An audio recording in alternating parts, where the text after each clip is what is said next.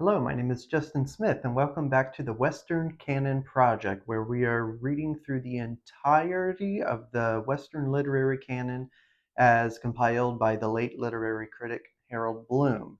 We are on our first author, and we are going to be reading his most famous, or I believe his most famous essay, Self-Reliance. And it starts here with a quotation that says, "Do not seek yourself beyond yourself." That is a line adapted from the satires of the Roman poet and Stoic Persius. Man is his own star, and the soul that can render an honest and a perfect man commands all light, all influence, all fate. Nothing to him falls early or too late. Our acts, our angels are, or good or ill, our fatal shadows that walk by us still. Cast the bantling on the rocks, suckle him with the she-wolf's teat, wintered with the hawk and fox, power and speed be hands and feet. I read the other day some verses written by an eminent painter which were original and not conventional. The soul always hears an admonition in such lines, let the subject be what it may. The sentiment they instill is of more value than any thought they may contain. To believe your own thought, to believe that what is true for you in your private heart is true for all men, that is genius. Speak your latent conviction, and it shall be the universal sense, for the inmost in due time becomes the outmost, and our first thought is rendered back to us by the trumpets of the last judgment. Familiar as the voice of the mind is to each, the highest merit we ascribe to Moses, Plato, and Milton is that they set at naught books and traditions, and spoke not what men, but what they thought. A man should learn to detect and watch that gleam of light which flashes across his mind from within, more than the lustre of the firmament of bards and sages. Yet he dismisses without notice his thought, because it is his. In every work of genius we recognize our own rejected thoughts. They come back to us with a certain alienated majesty.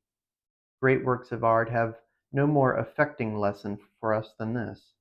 They teach us to abide by our spontaneous impression with good-humored inflexibility, than most when the whole cry of voices is on the other side. Else tomorrow a stranger will say with masterly good sense precisely what we have thought and felt all the time, and we shall be forced to take with shame our own opinion from another. There is a time in every man's education when he arrives at the conviction that envy is ignorance, that imitation is suicide, that he must take himself for better or worse as his portion, that though the wide universe is full of good, no kernel of nourishing corn can come to him but through his toil bestowed on that plot of ground which is given to him to till. The power which resides in him is new in nature, and none but he knows what it is which he can do, nor does he know until he has tried. Not for nothing one face, one character, one fact makes much impression on him, and another none. This sculpture in the memory is not without pre-established harmony. The eye was placed where one ray should fall, that it might testify of that particular ray. We but half express ourselves, and are ashamed of that divine idea which each of us represents. It may be safely trusted as proportionate and of good issues, so it be faithfully imparted. But God will not have his work made manifest by cowards. A man is relieved and gay when he has put his heart into his work and done his best. But what he has said or done otherwise shall give him no peace. It is a deliverance which does not deliver. In the attempt his genius deserts him. No muse befriends, no invention, no hope. Trust thyself. Every heart vibrates to that iron string. Accept the place the divine providence has found for you, the society of your contemporaries, the connection of events. Great men have always done so, and confided themselves childlike to the genius of their age, betraying their perception that the absolutely trustworthy was seated at their heart, working through their hands, predominating in all their being.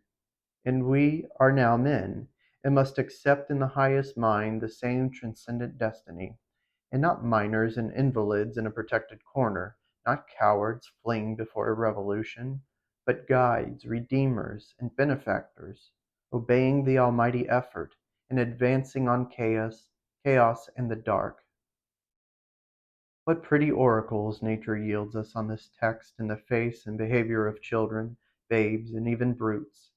That divided and rebel mind, that distrust of the sentiment because our arithmetic has compounded in strength and means opposed to our purpose, these have not.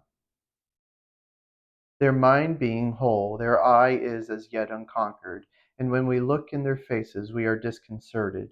Infancy conforms to nobody. All conform to it, so that one babe commonly makes 4 or 5 out of the adults who prattle and play it.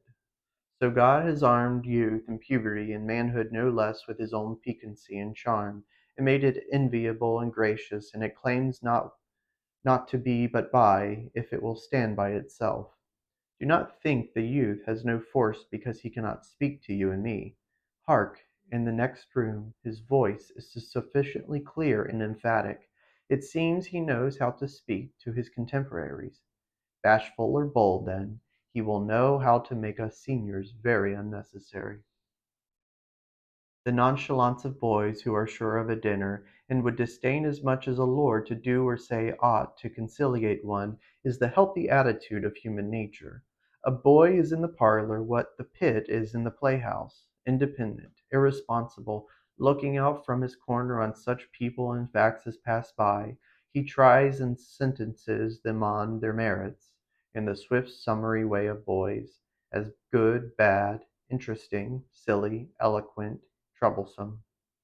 He cumbers himself never about consequences, about interests. He gives an independent, genuine verdict. You must court him. He does not court you.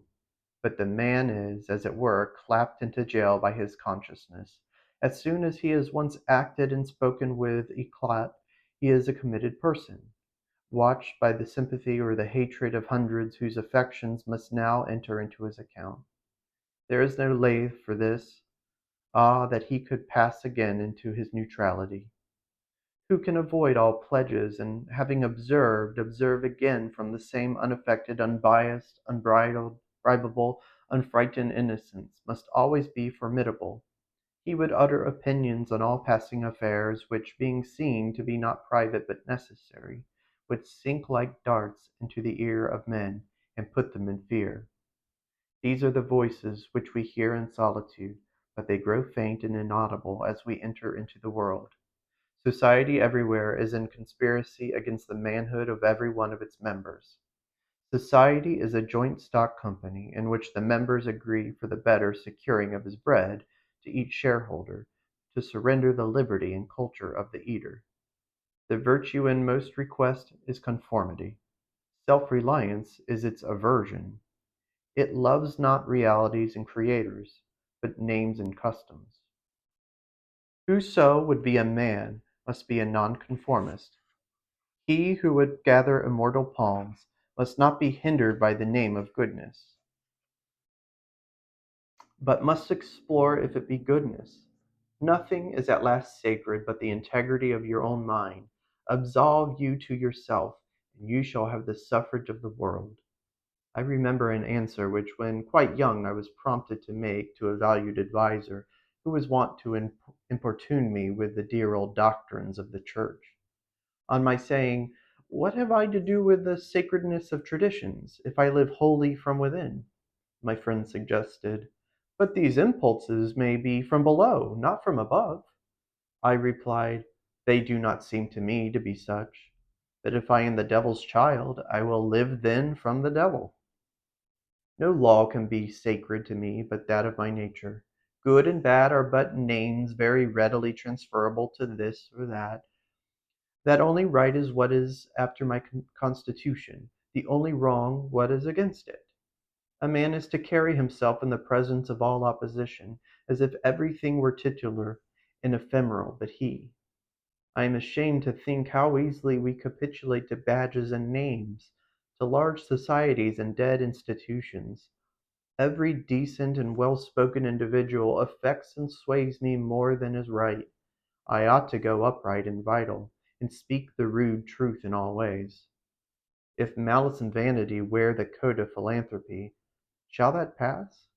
If an angry bigot assumes this bountiful cause of abolition, and comes to me with his last news from Barbados, why should I not say to him, "Go love thy infant, love thy woodchopper, be good-natured and modest, have that grace, and never varnish your hand, uncharitable ambition with this incredible tenderness for black folk 1,000 miles off. Thy love afar is spite at home."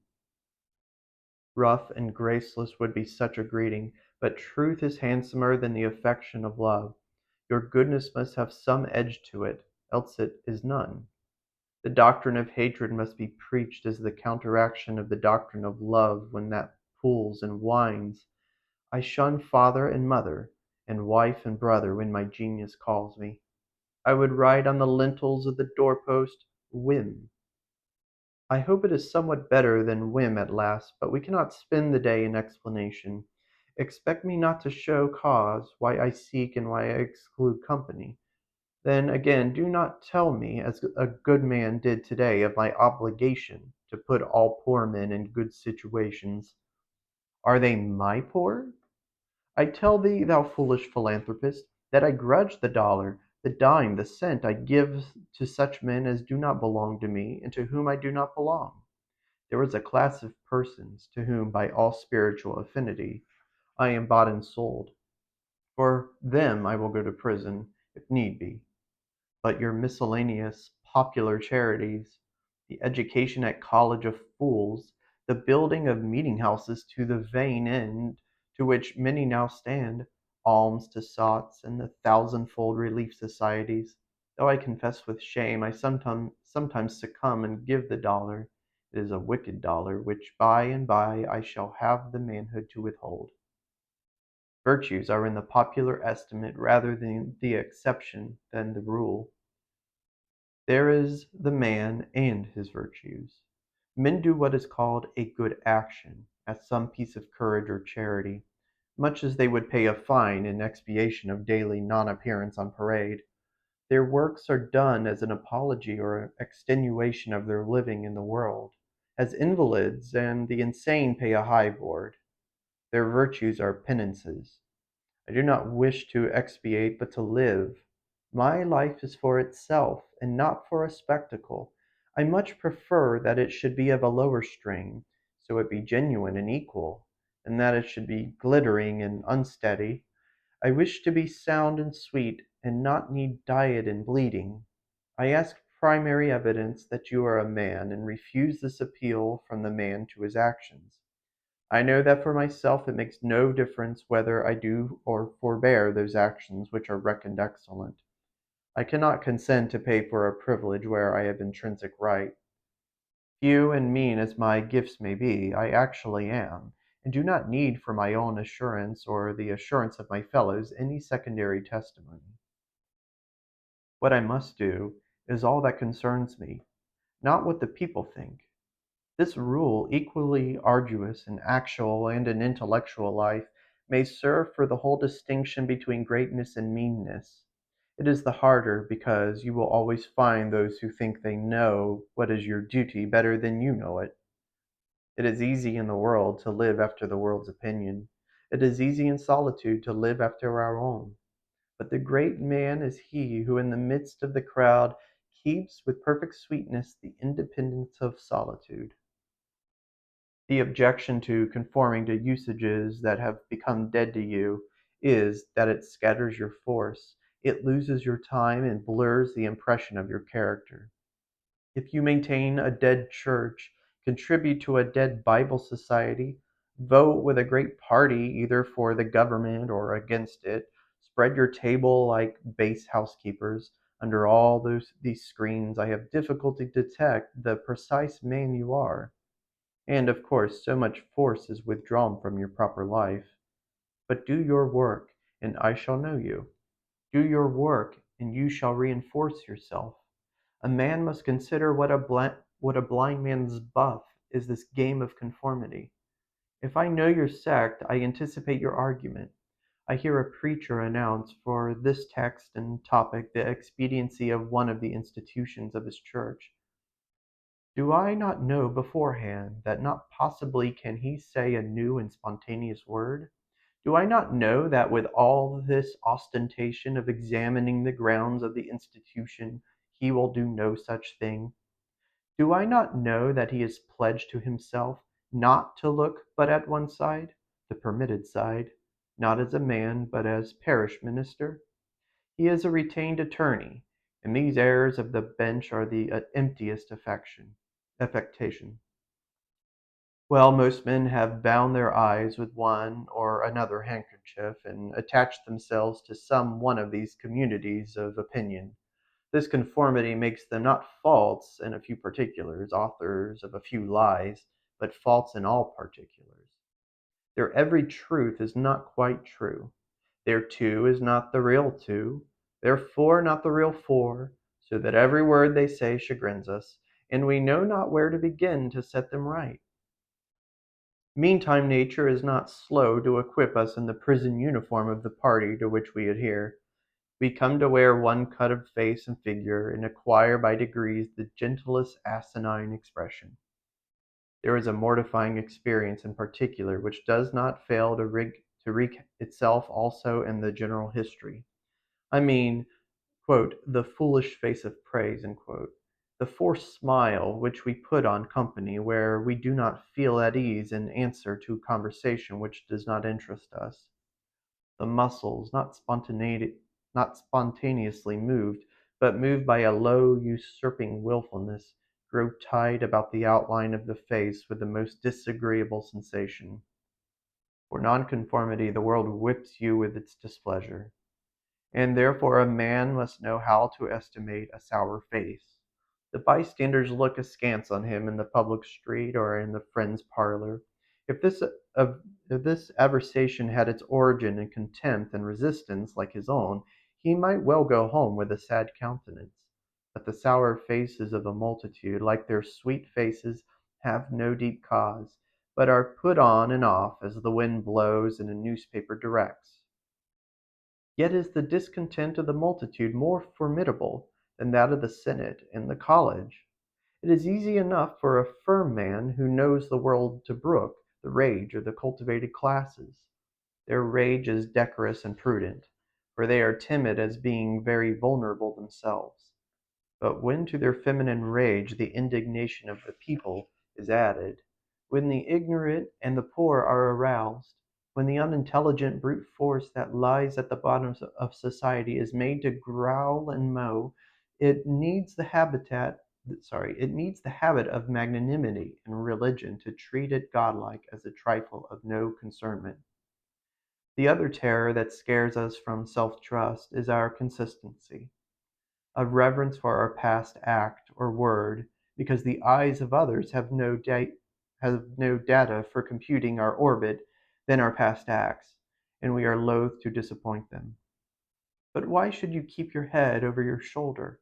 Why drag about this corpse of your memory, lest you contradict somewhat you have stated in this or that public place? Suppose you should contradict yourself. What then? It seems to be a rule of wisdom never to rely on your memory alone, scarcely even in acts of pure memory, but to bring the past for judgment into the thousand-eyed present, and live ever in a new day. In your metaphysics you have denied personality to the deity. Yet when the devout motions of your soul come, yield to them your heart and life, though they should clothe God with shape and color. Leave your theory as Joseph his coat in the hands of the harlot, and flee. A foolish consistency is the hobgoblin of little minds, adored by little statesmen and philosophers and divines. With consistency a great soul has simply nothing to do. He may as well concern himself with his shadow on the wall. Speak what you think now in hard words, and tomorrow speak tomorrow what tomorrow thinks in hard words again, though it contradict everything you said today. Ah, so you shall be pure to be misunderstood. Is it so bad then to be misunderstood? Pythagoras was misunderstood, and Socrates, and Jesus, and Luther, and Copernicus, and Galileo, and Newton, and every pure and wise spirit that ever took flesh. To be great is to be misunderstood. I suppose no man can violate his nature. All the sallies of his will are rounded in by law of his being, as the inequalities of Andes and Himalaya are insignificant in the curve of the sphere. Nor does it matter how you gauge and try him. A character is like an acrostic or Alexandrian stanza. Read it forward, backward, or across, it still spells the same thing. In this pleasing contrite wood life which God allows me, let me record day by day my honest thought, without prospect or retrospect, and I cannot doubt it, will be found symmetrical, though I mean it not and see it not. My book should smell of pines and resound with the hum of insects. The swallow over my window should interweave that thread or straw he carries in his bill into my web also. We pass for what we are. Character teaches above our wills. Men imagine that they communicate their virtue or vice only by overt actions, and do not see that virtue or vice emit a breath every moment. There will be an agreement in whatever variety of actions, so they be each honest and natural in their hour. For of one will the actions will be harmonious, however unlike they seem. These varieties are lost sight of at a little distance, at a little height of thought. One tendency unites them all. The voyage of the best ship is a zigzag line of 100 tacks. See the line from a sufficient distance, and it straightens itself to the average tendency. Your genuine action will explain itself, and will explain your other genuine actions. Your conformity explains nothing. Act singly, and what you have already done singly will justify you now. Greatness appeals to the future. If I can be firm enough today to do right and scorn eyes, I must have done so much right before as to defend me now. Be it how it will, do it right now. Always scorn appearances, and you always may. The force of character is cumulative. All the foregone days of virtue work their health into this. What makes the majesty of the heroes of the Senate and the field which so fills the imagination? The consciousness of a train of great days and victories behind. They shed a united light on the advancing actor. He is attended as by a visible escort of angels. That is it which throws under the thunder into Chatham's voice, and dignity into Washington's port, and America into Adam's eye. Honor is venerable to us because it is no ephemeris. It is always ancient virtue. We worship it today because it is not of today. We love it and pay it homage because it is not a trap for our love and homage, but is self-dependent, self-derived, and therefore of an old, immaculate pedigree, even if shown in a young person. I hope in these days we have heard the last of conformity and consistency. Let the words be gazetted and ridiculous henceforward. Instead of the gong for dinner, let us hear a whistle from the Spartan fife. Let us never bow and apologize more. A great man is coming to eat at my house. I do not wish to please him. I wish that he should wish to please me. I will stand here for humanity, and though I would make it kind, I would make it true. Let us affront and reprimand the smooth mediocrity and squalid contentment of the times, and hurl in the face of custom and trade and office the fact which is the upshot of all history, that there is a great responsible thinker and actor working wherever a man works, that a true man belongs to no other time or place, but is the center of things. Where he is, there is nature. He measures you, in all men, in all events. Ordinarily, every body in society reminds us of somewhat else or some other person. Character reality reminds you of nothing else. It takes place of the whole creation. The man must be so much that he must make all circumstances indifferent. Every true man is a cause, a country, and an age. requires infinite spaces and numbers and time fully to accomplish his design, and, and posterity seem to follow his steps as a train of clients. A man Caesar is born, and for ages after we have a Roman Empire. Christ is born, and millions of minds so grow and cleave to his genius that he is confounded with virtue and the possible man. An institution is the lengthened shadow of one man, as monachism of the hermit Antony, the Reformation of Luther, Quakerism of Fox, Methodism of Wesley, abolition of Clarkson's, Scipio Milton called the height of Rome. And all history resolves itself very easily into the biography of a few stout and earnest persons. Let a man then know his worth, and keep things under his feet. Let him not peep or steal, or skulk up and down with the air of a charity boy, a bastard or an interloper, in the world which exists for him. But the man in the street, finding no worth in himself which corresponds to the force which built a tower or sculptured a marble god, feels poor when he looks on these. To him, a palace, a statue, or a costly book have an alien and forbidding air, much like a gay equipage, and seem to say like that, "Who are you, sir?" Yet they are all his, suitors for his notice, petitioners to his faculties that they will come out and take possession. The picture waits for my verdict. It is not to command me, but I am to settle its claim to praise. That popular fable of the sot who was picked up dead drunk in the street, carried to the Duke's house, washed and dressed and laid in the Duke's bed, and on his waking treated with all obsequious ceremony, like the Duke, and assured that he had been insane, owes its popularity to the fact that it symbolizes so well the state of man, who is in the world a sort of sot, but now and then wakes up, exercises his reason, and finds himself a true prince. Our reading is mendicant and sycophantic. In history, our imagination plays us false. Kingdom and lordship, power and estate are gaudier vocabulary than private John and Edward in the small house and common day's work. But the things of life are the same to both. The sum total of both is the same. Why all this deference to Alfred and Skanderberg and Gustavus? Suppose they were virtuous. Did they wear out virtue? As great a stake depends on your private act today as followed their public and renowned steps. When private men shall act with original views, the lustre will be transferred from the actions of kings to those of gentlemen. The world has been instructed by its kings, who have so magnetized the eyes of nations.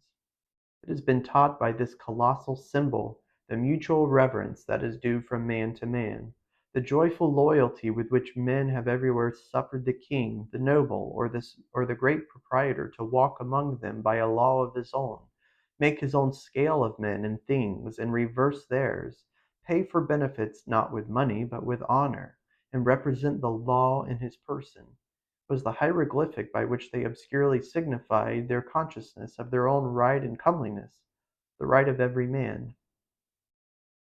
The magnetism which all original action exerts is explained when we acquire the reason of self-trust. Who is the trustee? What is the aboriginal self on which a universal reliance may be grounded? What is the nature and power of that science-baffling star without parallax, without calculable elements, which shoots a ray of beauty even into trivial and impure actions, if the least mark of independence appear? The inquiry leads us to that source, at once the essence of genius, of virtue, and of life, which we call spontaneity or instinct. We denote this primary wisdom as intuition, whilst all later teachings are tuitions. In that deep force, the last fact behind which analysis cannot go, all things find their common origin. For the sense of being which in calm hours rises, we know not how, in the soul, is not diverse from things, from space, from light, from time, from man, but one of them, and proceeds obviously from the same source, whence their life and being also proceed. We first share the life by which things exist, and afterwards see them as appearances in nature, and forget that we have shared their cause. Here is the fountain of action and of thought.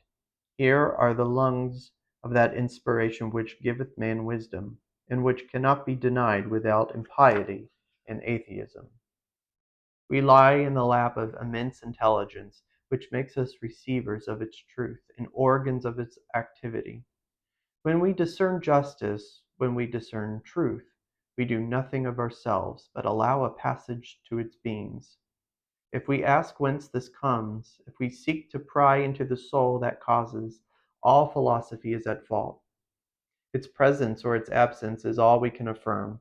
Every man discriminates between the voluntary acts of his mind and his involuntary perceptions, and knows that to his involuntary perceptions a perfect faith is due. He may err in the expression of them, but he knows that these things are so, like the day and night, not to be disputed. My wilful actions and acquisitions are but roving. The idlest reverie, the faintest native emotion, command my curiosity and respect. Thoughtless people contradict as readily the statement of perceptions as of opinions, or rather much more readily, for they do not distinguish between perception and notion. They fancy that they fancy that I choose to see this or that thing. But perception is not whimsical, but fatal. If I see a trait, my children will see it after me, and in course of all time all mankind, although it may chance that no one has seen it before me, for my perception of it is as much a fact as the sun. The relations of the soul to the divine spirit are so pure that it is profane to seek to interpose helps. But it must be that when God speaketh, he should communicate not one thing, but all things, should fill the world with his voice, should scatter forth light, nature, time, souls from the center of the present thought, and new date and new create the whole. Whenever a mind is simple and receives a divine wisdom, old things pass away. Means, teachers, texts, temples fall. It lives now and absorbs past and future into the present hour. All things are made sacred by relation to it, one as much as another. All things are dissolved to their center by their cause, and in the universal miracle, petty and particular miracles disappear. If therefore a man claims to know and speak of God, and carries you backward to the phraseology of some old mouldered nation in another country, in another world, believe him not. Is the acorn better than the oak, which is its fullness and completion? Is the patent better than the child? Is the parent better than the child into whom he has cast his ripened being? Whence then his worship of the past? The centuries are conspirators against the sanity and authority of the soul. Time and space are but physiological colors which the eye makes, but the soul is light, where it is day, where it was, is night, and history is an impertinence and an injury, if it be anything more than a cheerful apologue or parable of my being and becoming. Man is timid and apologetic. He is no longer upright. He dares not say, I think I am, but quotes some saint or sage. He is ashamed before the blade of grass or the blowing rose. These roses under my window make no reference to former roses or to better ones. They are for what they are. They exist with God today. There is no time to them. There is simply the rose. It is perfect in every moment of its existence. Before a leaf bud has burst, its whole life acts. In the full blown flower there is no more, in the leafless root there is no less. Its nature is satisfied, and it satisfies nature, in all moments alike. But man postpones or remembers. He does not live in the present, but with reverted eye laments the past, or, heedless of the riches that surround him, stands on tiptoe to foresee the future. He cannot be happy and strong until he too lives with nature in the present, above time. This should be plain enough. Yet see what strong intellects dare not yet hear God himself, unless he speak the phraseology of I know not what, David or Jeremiah or Paul. We shall not always set so great a price on a few texts, on a few lives. We are like children who repeat by rote the sentences of grand names and tutors, and as they grow older of the men of talents and character they chance to see, painfully recollecting the exact words they spoke afterwards when they come into the point of view which those had who uttered these sayings, they understand them and are willing to let words go, for at any time they can use words as good when occasion comes. If we live truly, we shall see truly. It is as easy for the strong man to be strong as it is for the weak to be weak. When we have new perception, we shall gladly disburden the memory of its hoarded treasures as old rubbish. When a man lives with God, his voice shall be as sweet as the murmur of the brook and the rustle of the corn. And now at last the highest truth on this subject remains unsaid, probably cannot be said, for all that we say is the far-off remembering of the intuition. That thought, by what I can now and nearest approach to say, is this: when good is near you, when you have life in yourself, it is not by any known or accustomed way. You shall not discern the footprints of any other. You shall not see the face of man. You shall not hear any name. The way, the thought, the good shall be wholly strange and new. It shall exclude example and experience. You take the way from man, not to man. All persons that ever existed are its forgotten ministers. Fear and hope are alike beneath it. There is somewhat low even in hope. In the hour of vision there is nothing that can be called gratitude, nor properly joy. The soul raised over passion beholds identity and eternal causation, perceives the self-existence of truth and right, and calms itself with knowing that all things go well. Vast spaces of nature, the Atlantic Ocean, the South Sea, long intervals of time, years, centuries, are of no account. This which I think and feel underlay every former state of life and circumstances, as it does underlie my present and what is called life and what is called death. Life only avails not the having lived. Power ceases in the instant of repose. It resides in the moment of transition from a past to a new state, in the shooting of the gulf and the darting to an aim. This one fact the world hates, that the soul becomes. For that forever degrades the past, turns all riches to poverty, all reputation to a shame, confounds the saint with the rogue, shoves Jesus and Judas equally aside. Why then do we prate of self-reliance? Inasmuch as the soul is present, there will be power, not confident but agent. To talk of reliance is a poor external way of speaking. Speak rather of that which relies, because it works and is. Who has more obedience than I, masters me, though he should not raise his finger. Round him I must revolve by the gravitation of spirits. We fancy it rhetoric when we speak of eminent virtue. We do not yet see that virtue is height, and that a man or a company of men, plastic and permeable to principles, by the law of nature must overpower and ride all cities, nations, kings, rich men, poets who are not. This is the ultimate fact which we so quickly reach on every topic, the resolution of all into the ever-blessed One. Self-existence is the attribute of the Supreme Cause, and it constitutes the measure of good by the degree in which it enters into all lower forms. All things real are so by so much virtue as they contain. Commerce, husbandry, hunting, whaling, war, eloquence, personal weight, are somewhat, and engage my respect, as examples of its presence in pure action. I see the same law working in nature for conservation and growth. Power is in nature the essential measure of right. Nature suffers nothing to remain in her kingdom which cannot help itself.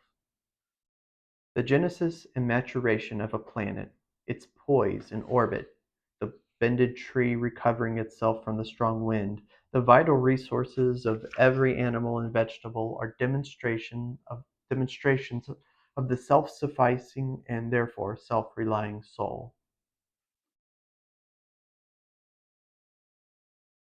Thus all concentrates. Let us not rove. Let us sit at home with the cause.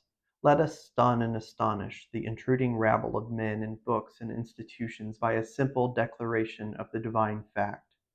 Bid the invaders take the shoes from off their feet, for God is here within. Let our simplicity judge them, and our docility to our own law demonstrate the poverty of nature and fortune beside our native riches. But now we are a mob. Man does not stand in awe of man, nor is his genius admonished to stay home, to put itself in communication with the internal ocean, but it goes abroad to beg a cup of water or the urns of other men. We must go alone. I like the silent church before the service begins, better than any preaching. How far off, how cool, how chaste the persons look, begirt each one with a precinct or sanctuary. So let us always sit. Why should we assume the faults of our friend or wife or father or child because they sit around our hearth or are said to have the same blood? All men have my blood, and I have all men's. Not for that will I adopt their petulance or folly, even to the extent of being ashamed of it. But your isolation must not be mechanical, but spiritual. That is, must be elevation.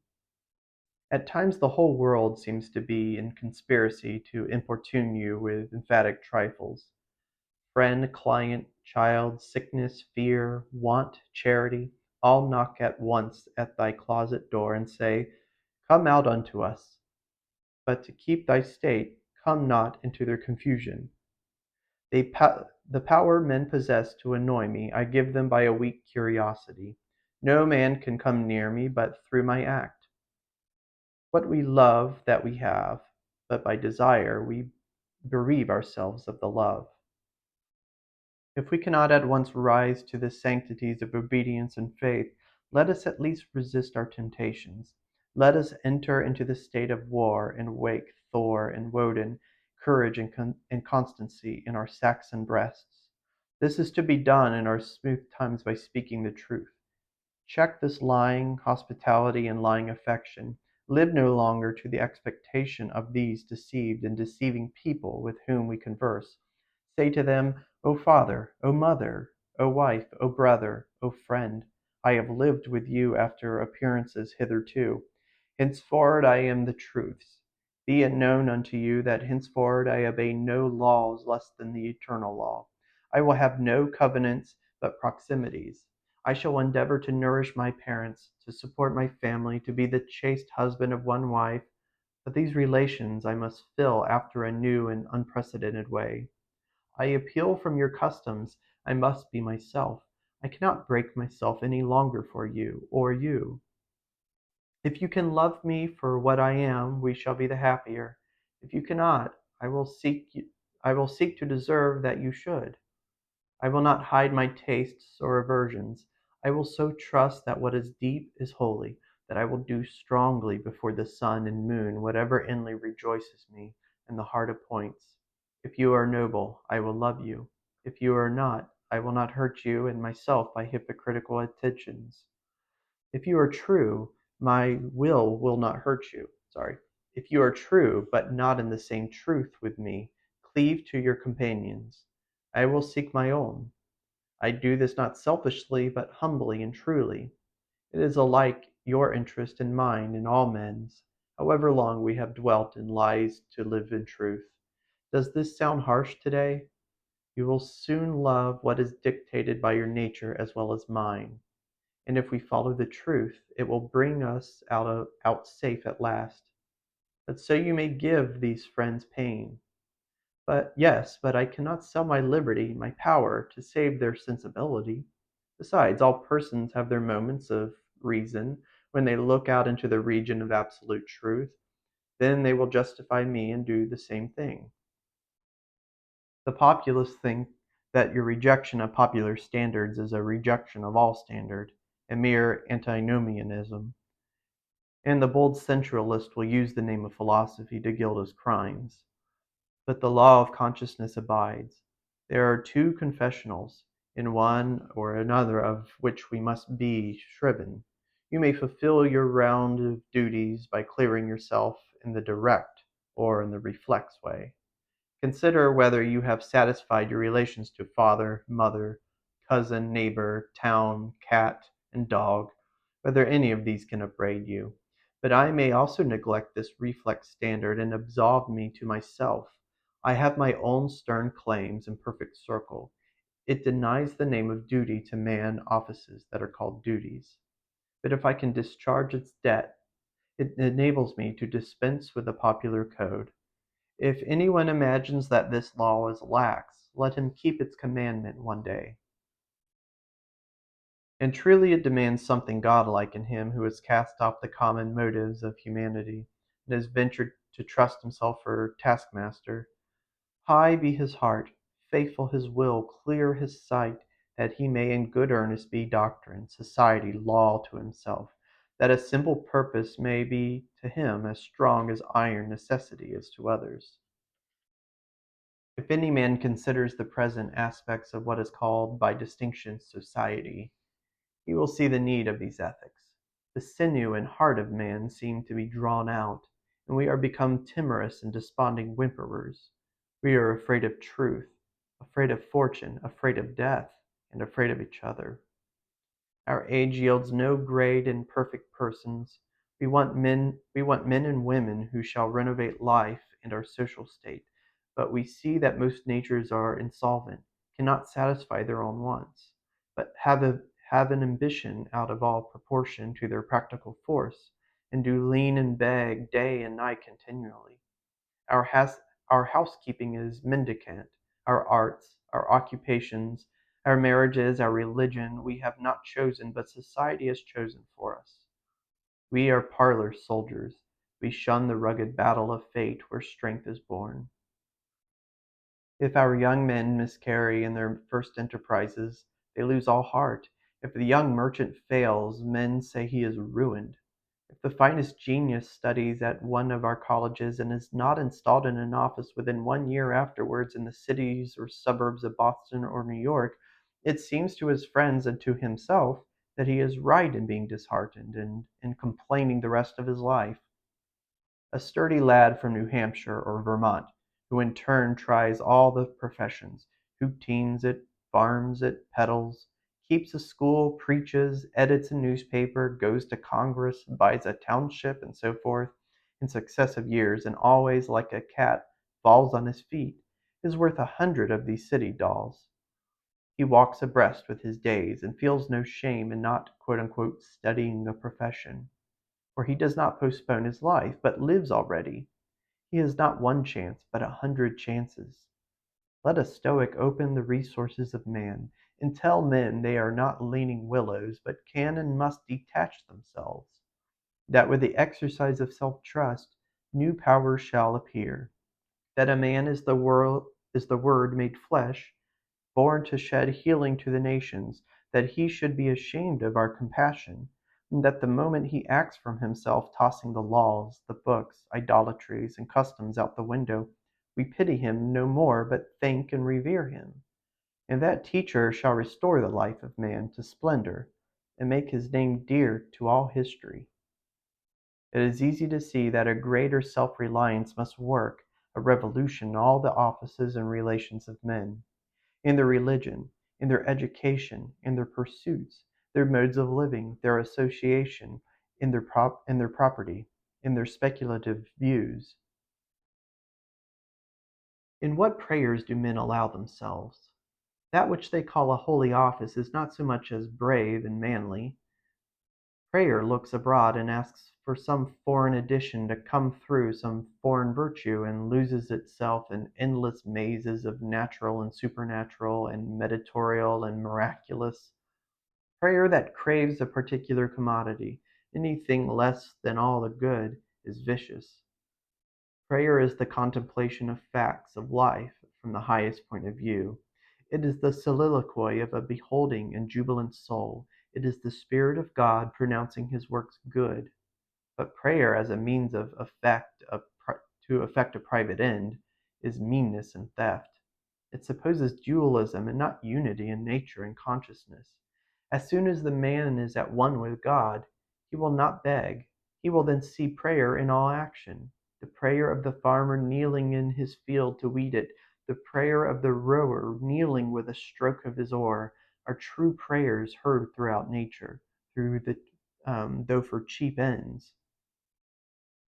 Caratach in Fletcher's Bonduca, when admonished to inquire the mind of God, Audate replies, "His hidden meaning lies in our endeavors. Our valors are our best gods." Another sort of false prayer Another sort of false prayers are regrets.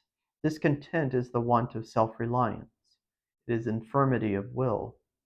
Regret calamities if you can thereby help the sufferer. If not, attend your own work, and already the evil begins to be repaired. Our sympathy is just as base. We come to them and weep foolishly and sit down and cry for company, instead of imparting to them truth and health and rough electric shocks, putting them once more in communication with their own reason. The secret of fortune is joy in our hands. Welcome evermore to God's, and men is the self-helping man. For him all doors are flung wide, him all tongues greet, all honors crown, all eyes follow with desire. Our love goes out to him and embraces him because he did not need it.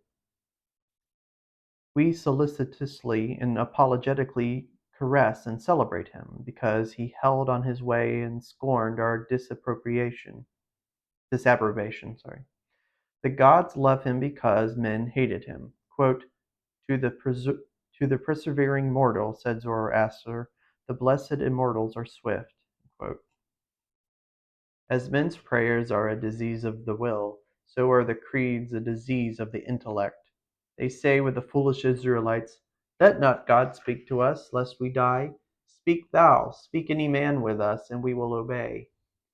Everywhere I am hindered of meeting God in my brother, because he has shut his own temple doors, and recites fables merely of his brother's or his brother's brother's God. Every new mind is a new classification. If it prove a mind of uncommon activity and power, a Locke, a Lavoisier, a Hutton, a Bentham, a Fourier, it imposes its classification on other men, and lo, a new system, in proportion to the depth of the thought, and so to the number of the objects it touches and brings within reach of the pupil, is his complacency. But chiefly is the apparent in creeds and churches, which are also classifications of some powerful mind acting on the elemental thought of duty, and man's relation to the highest, such as Calvinism, Quakerism, Swedenborgianism. The pupil takes the same delight in subordinating everything to the new terminology as a girl who has just learned botany and seeing a new earth and new seasons thereby. It will happen for a time that the pupil will find his intellectual power has grown by the study of his master's mind, but in all unbalanced minds the classification is idealized, passes for the end and not for a speedily exhaustible means, so that the walls of the system blend to their eye in the remote horizon with the walls of the universe. The luminaries of heaven seem to them hung on the arch their masters built. They cannot imagine how you aliens have any right to see, how you can see. It must be somehow that you stole the light from us. They do not yet perceive that light, unsystematic, indomitable, will break into any cabin, even into theirs. Let them chirp a while and call it their own.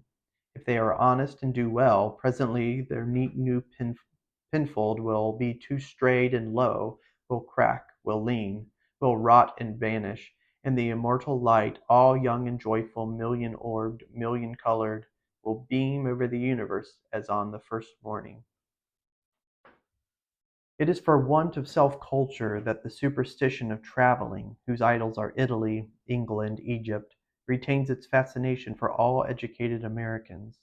They who made England, Italy, or Greece venerable in the imagination did so by sticking fast where they were, like an axis of the earth. In manly hours we feel that duty is our place. The soul is no traveler. The wise man stays at home, and when his necessities, his duties on any occasion call from his house or into foreign lands, he is at home still, and shall make men sensible by the expression of his countenance. that he goes to the missionary of wisdom and virtue, and visits cities and men like a sovereign and not like an interloper or a valet.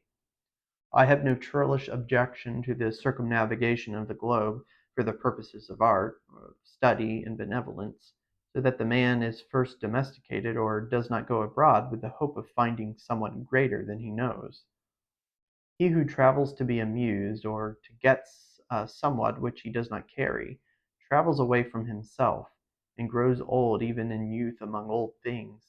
In Thebes and Palmyra, his will and mind have become old and dilapidated as they. He carries ruins to ruins. Traveling is a fool's paradise. Our first journeys to discover to us the indifference of places. At home I dream that at Naples, at Rome, I can be intoxicated with beauty and lose my sadness. I pack my trunk, embrace my friends, embark on the sea, and at last wake up in Naples. And there beside me is the stern fact, the sad self, unrelenting, identical, that I fled from. I seek the Vatican and the palaces. I affect to be intoxicated with sights and suggestions, but I am not intoxicated. My giant goes with me wherever I go. But the rage of traveling is a symptom of a deeper unsoundness affecting the whole intellectual action. The intellect is a vagabond, and our system of education fosters restlessness. Our minds travel when our bodies are forced to stay at home.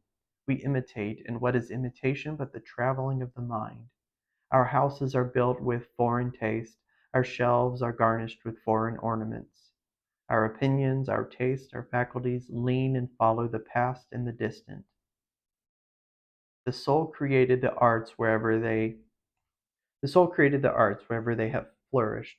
It was in his own mind that the artist sought his model. It was an application of his own thought to the thing to be done and the conditions to be observed. And why did we need copy the Doric and Gothic model? Beauty, convenience, grandeur of thought, and quaint expression are as near to us as to any. And if the American artist will study with hope and love the precise things to be done by him, considering the climate, the soil, the length of the day, the wants of the people, the habit and form of government, he will create a house in which all these find themselves fitted, and taste the sentiment will be satisfied also. Insist on yourself, never imitate. Your own gift you can present every moment with the cumulative force of a whole life's cultivation, but of the adopted talent of another you have only an extemporaneous half possession. That which each can do best, none but his Maker can teach him. No man yet knows what is or can till the person has exhibited it. Where is the master who could have taught Shakespeare? Where is the master who could have instructed Franklin or Washington or Bacon or Newton? Every great man is a unique. The Scipionism of Scipio is precisely that part he could not borrow. Shakespeare will never be made by the study of Shakespeare. Do that which is assigned you, and you cannot hope too much or dare too much. There is at this moment for you an utterance brave and grand as that of the colossal chisel of Phidias, or trowel of the Egyptians, or the pen of Moses or Dante, but different from all these. Not possibly with the soul, but if you can hear what these patriarchs say, surely you can reply to them in the same pitch of voice. For the ear and the tongue are two organs of one nature. Abide in the simple and noble regions of thy life. Obey thy heart, and thou shalt reproduce the foreworld again. As our religion, our education, our art look abroad, so does our spirit of society. All men plume themselves on the improvement of society, and no man improves. Society never advances, it recedes as fast on one side as it gains on the other. It undergoes continual changes, it is barbarous, it is civilized, it is Christianized, it is rich, it is scientific, but this change is not amelioration. For everything that is given, something is taken. Society acquires new arts and loses old instincts. What a contrast between the well-clad, reading, writing, thinking American with a watch, a pencil, and a bill of exchange in his pocket, and the naked New Zealander whose property is a club, a spear, a mat, and an undivided 20th of a shed to sleep under. But compare the health of the two men, and you shall see that the white man has lost his aboriginal strength. If the traveler tell us truly, strike the savage with a broad axe, and in a day or two the flesh shall unite and heal as if you struck the blow into soft pitch, and the same blow shall send the white to his grave. The civilized man has built a coach, but has lost the use of his feet. He is supported on crutches, but lacks so much supportive muscle. He has a fine Geneva watch, but he fails of the skill to tell the hour by the sun. A Greenwich nautical almanac he has, and so, being sure of the information when he wants it, the man in the street does not know a star in the sky. The solstice he does not observe, the equinox he knows as little, and the whole bright calendar of the year is without a dial in his mind. His notebooks impair his memory, his libraries overload his wit, the insurance office increases the number of accidents, and it may be a question whether the machinery does not encumber, whether we have not lost by refinement some energy, by a Christianity entrenched and established in forms, some vigor of wild virtue. For every Stoic was a Stoic, but in Christendom, where is the Christian? There is no more deviation in the moral standard than is the standard of height or bulk. No greater men are now than ever were. A singular equality may be observed between the great men of the first and of the last ages, nor can all the science, art, religion, and philosophy of the 19th century avail to educate greater men than Plutarch's heroes 3 or 4 and 20 centuries ago. Not in time is the race progressive. Phocion, Socrates, Anaxagoras, Diogenes are great men, but they leave no class. He who is really of their class will not be called by their name, but will be his own man, and in his turn the founder of a sect. The arts and inventions of each period are only its costume, and do not invigorate men. The harm of the improved machinery may compensate its good. Hudson and Bering accomplished so much in their fishing boats as to astonish Parry and Franklin, whose equipment exhausted the resources of science and art. Galileo, with an opera glass, discovered a more splendid series of celestial phenomena than anyone since. Columbus found the New World in an undecked boat. It is curious to see the periodical disuse and perishing of means and machinery which were introduced with loud laudation a few years or centuries before. The great genius returns to essential man. We reckon the improvements of the art of war among the triumphs of science, and yet Napoleon conquered Europe by the bivouac, which consisted of falling back on naked valor and disencumbering it of all aids. The emperor held it impossible to make a perfect army, says Lacases, "without abolishing our arms, magazines, commissaries, and carriages, until, in imitation of the Roman custom, the soldiers should receive his supply of corn, grind it in his hand mill, and bake his bread himself." Society is a wave. The wave moves onward, but the water of which it is composed does not. The same particle does not rise from the valley to the ridge. Its unity is only phenomenal. The persons who make up a nation today, next year, die, and their experience with them. And so the reliance on property, including the reliance on governments which protect it, is the want of self-reliance. Men have looked away from themselves and at things so long that they have come to esteem the religious, learned, and civil institutions as guards of property, and they depreciate assaults on these because they feel them to be assaults on property. They measure their esteem of each other by what each has, and not by what each is. But a cultivated man becomes ashamed of his property out of new respect for his nature. Especially he hates what he has, if he sees that it is accidental, came to him by inheritance, or gift, or crime, and he feels that it is not having, it does not belong to him, has no root in him, and merely lies there, because no revolution or no robber takes it away. But that which a man is, does always by necessity acquire, and what the man acquires is living property, which does not wait the beck of rulers or mobs or revolutions or fire or storm or bankruptcies, but perpetually renews itself wherever the man breathes. Thy lot or portion of life, said the Caliph Ali, is seeking after thee, therefore be at rest from seeking after it. Our dependence on these foreign goods leads us to our slavish respect for numbers. The political parties meet in numerous conventions.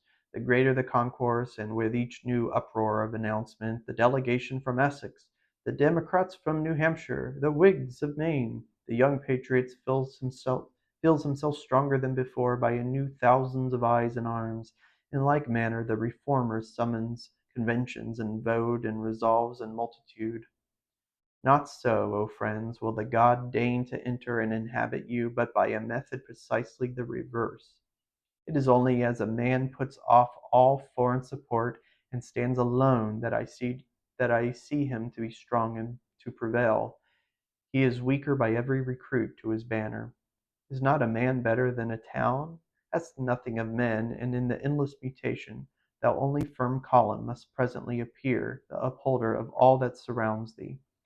He who knows that power is inborn, that he is weak because he has looked for good out of him and elsewhere, and so perceiving, throws himself unhesitatingly on his thought, instantly rights himself, stands in the erect position, commands his limbs, works miracles, just as a man who stands on his feet is stronger than a man who stands on his head. So use all that is called fortune. Most men gamble with her, and gain all and lose all as her wheel rolls. But do thou leave as unlawful these winnings, and deal with cause and effect, the chancellors of God? In the will work and acquire, and thou hast chained the wheel of chance, and shalt sit hereafter out of fear from her rotations. A political victory, a rise of rents, the recovery of your sick, or the return of your absent friend, or some other favorable event, raises your spirits, and you can think good days are preparing for you. Do not believe it. Nothing can bring you peace but yourself. Nothing can bring you peace but the triumph of principles. And that is the end of Emerson's great, most famous essay, Self-Reliance. Thank you for watching.